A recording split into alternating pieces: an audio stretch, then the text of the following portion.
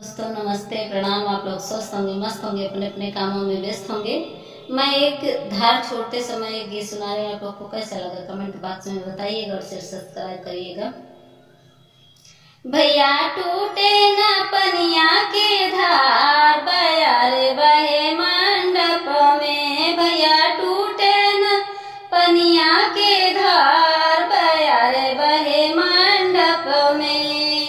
भैया टूटे न पनिया के धार, बया रे बहे मंडप में। दरवाजा टूटी है ससुरो मोरा हंसी है, दरवाजा टूटी है ससुरो मोरा हंसी है। जावा बहिनिया से हार, बया रे बहे मंडप में। अरे जावा बहिनिया से हार, बया रे बहे मंडप में। भैया टूटे न पनिया के धार, बया रे बहे मंडप में।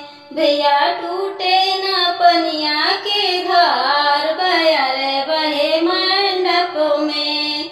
दरवाजा टूटी है ता जेठ मोरा हंसी है, दरवाजा टूटी है ता जेठ मोरा हंसी है।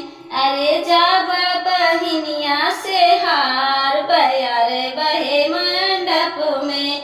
अरे जावा बहिनिया से हार, बया रे बहे मंडप में। भैया टूटे न पनिया के धार, बया रे बहे मंडप में। दरवाजा टूटी है देवर मोर हंसी है, दरवाजा टूटी है देवर मोर हंसी है।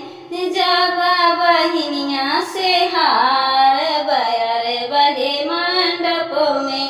अरे जावा बहिनिया से हार, बया रे बहे मंडप में। भैया टूटे न पनिया के धार, बया रे बहे मंडप में।